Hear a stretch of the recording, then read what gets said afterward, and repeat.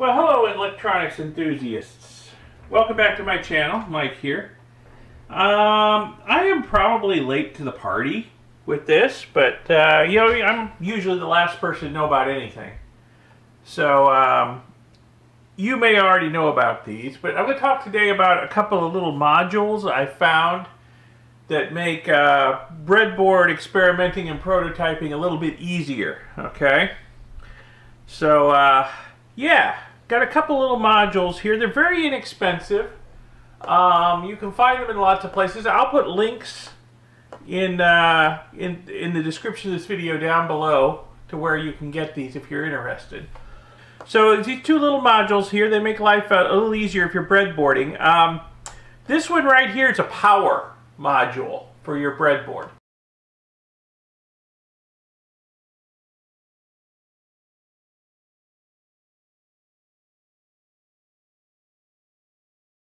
It's got a couple of different connectors on here. It's got USB connector and it's got a barrel connector, and you can power this. You know, you get a USB cable like this that's got the same male end on both ends.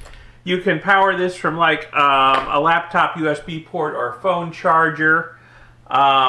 That's nice. Or with the barrel connector, you can plug it into like a 12-volt power supply or a 9-volt battery, whatever. So you can get power. It's got an on-off switch, and I will hook these up, and we'll see them in operation here in a little bit.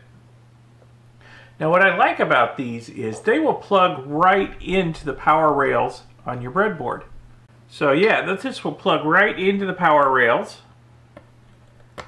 on the breadboard just like that, and suddenly the power rails are live. Okay, easy peasy. It's got jumpers on here. You can jumper it for 5 volts or 3.3 volts, either way, and you can have each rail at its own voltage. So you could have 5 volts up here, you have 3.3 volts down here, or vice versa. So either way. So that's really nice. That solves a lot of problems. You got your 5 volts for like your legacy TTL stuff, and you got your 3.3 volts for your newer stuff down there. So that's really nice. And this other module here, let me see if I can zoom in on it anymore because it's really small. This module here, this is a 555 timer circuit right here, pre-made for you.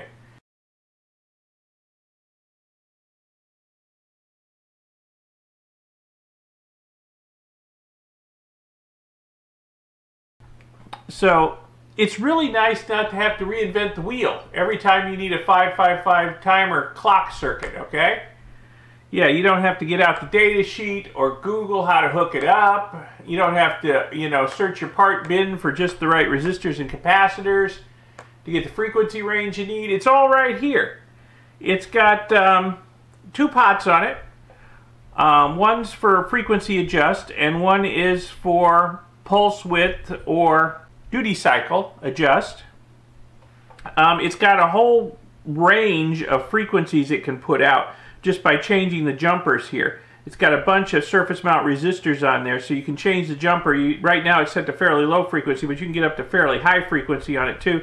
And then the pot's just sort of a fine tuning, a fine adjustment within that frequency range. And then of course you can adjust the duty cycle. So that's nice. It's got 3 pins over here on this side. One is for power, one's for ground, and one's for output. Now, one thing I don't like about this module is the pins are sticking up, okay? It would be better if the pins were sticking down, so you could plug this thing right into the breadboard, all right? So one thing I'm probably going to do is I'm probably going to modify the ones I've bought. I've bought several of these. I'm probably going to modify them. I think I'm just going to unsolder these header pins, turn them around, solder them back in the bottom, so it will stick in the breadboard, and I'll be able to use it in the breadboard just like that, just by plugging it right in. That would be very convenient.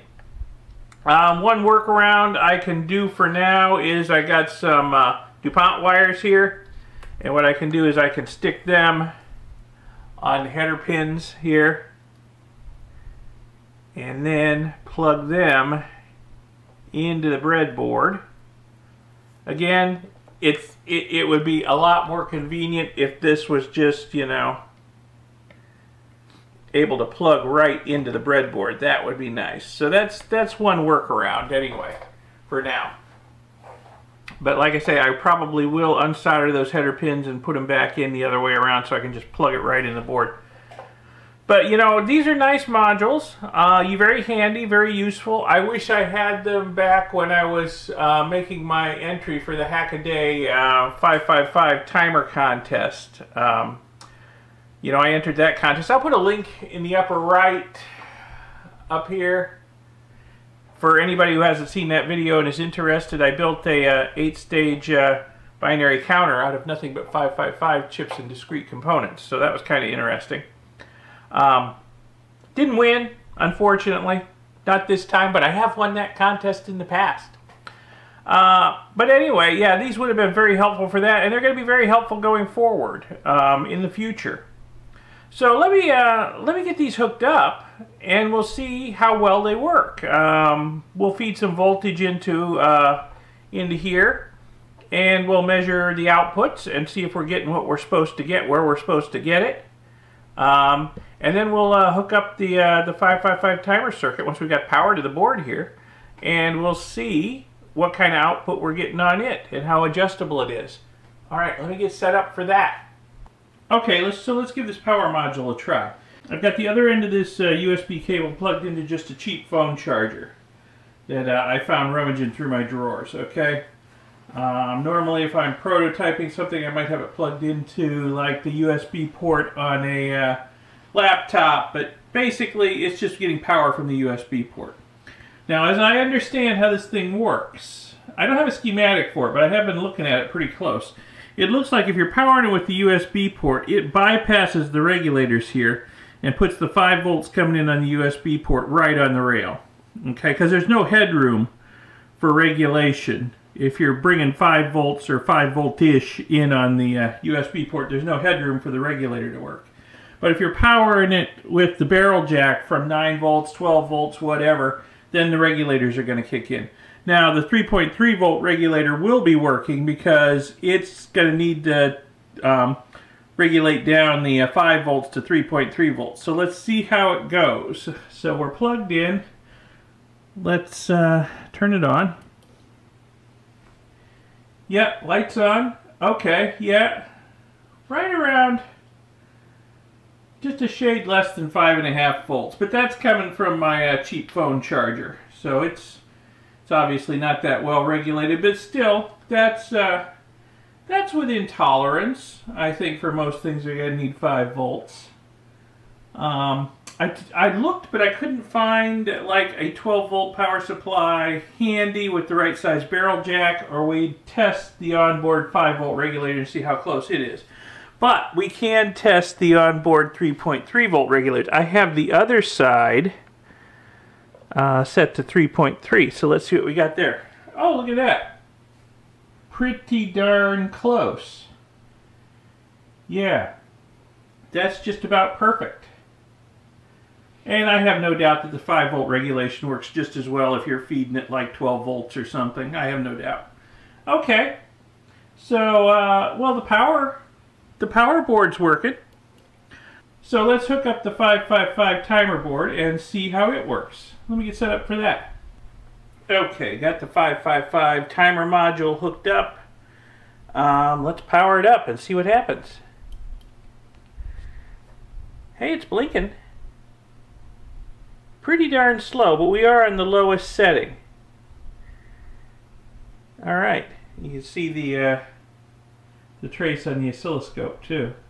All right, so let me move it to the next highest setting. See what we got. See if I can do it without dropping.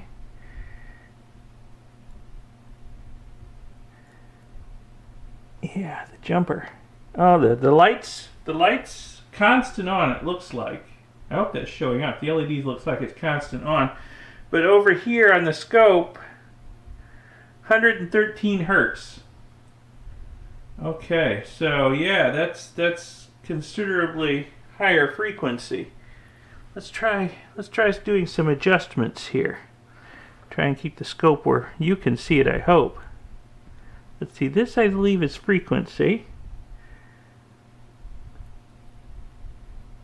And this one I believe is duty cycle.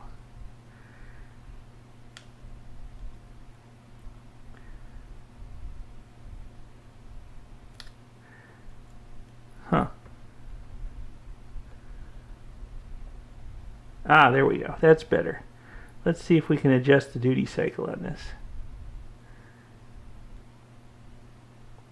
Not a whole lot. Oh, there it goes. Yeah. Okay, it's like the frequencies. That's the problem with the 555 circuit. Adjusting the duty cycle, yeah, often adjusts the frequency too. That's definitely changing the frequency. We're up to 162, 166, 170 hertz. And then changing the duty cycle. Yeah, that's changing the frequency a little bit too. Yeah, we're up to 213 hertz. So yeah, but we can change the duty cycle. I suppose if we get the duty cycle we want, we can just adjust the frequency back down to whatever we want, right? So it's just sort of a balancing act. You gotta adjust the two pots to get what you want. So let's see, we're back down to 160 hertz after all those adjustments. Let's go up another notch on this. Oh my, what do we got here? 1.26 kilohertz. So yeah, that's a pretty big jump.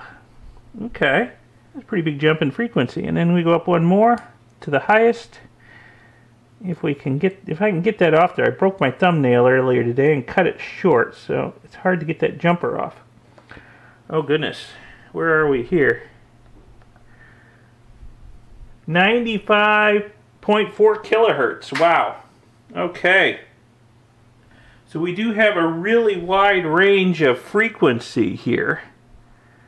From, it looked like probably a couple of seconds up to around 100 kilohertz or so.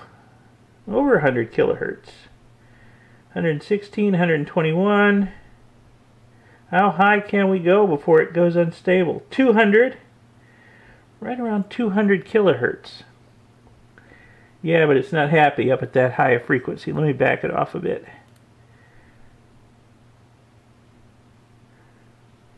So about 170 kilohertz is about as high as we can take it and still have a nice stable output on it.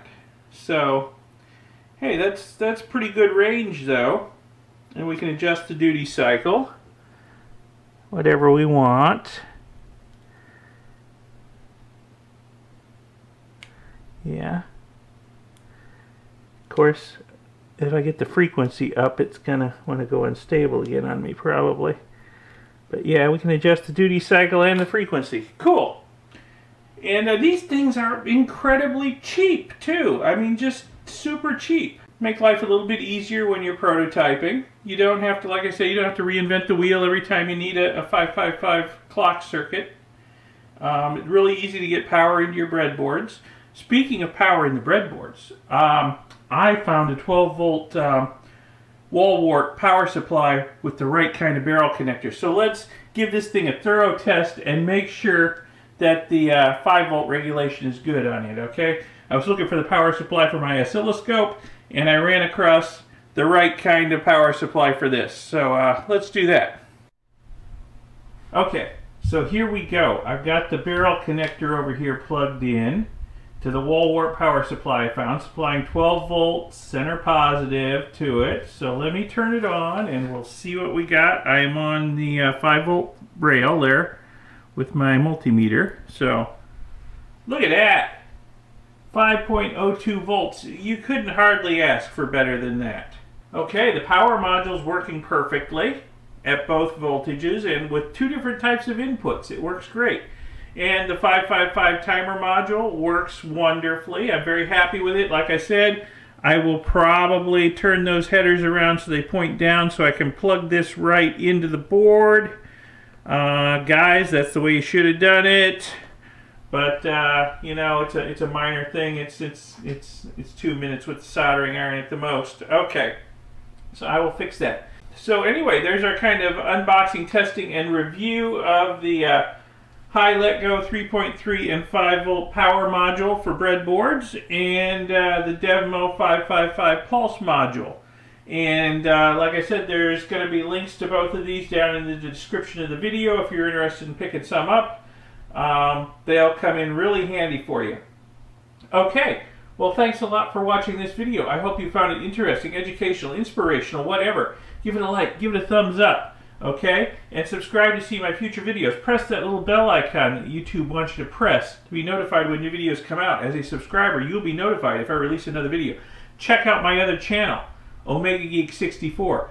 Lots of interesting stuff going on over there, especially if you're into gold recovery, rock hounding, whatnot. There's got lots of videos coming out there lately. So check that out. And thanks again for watching this video. I'll see you in the next one. Bye.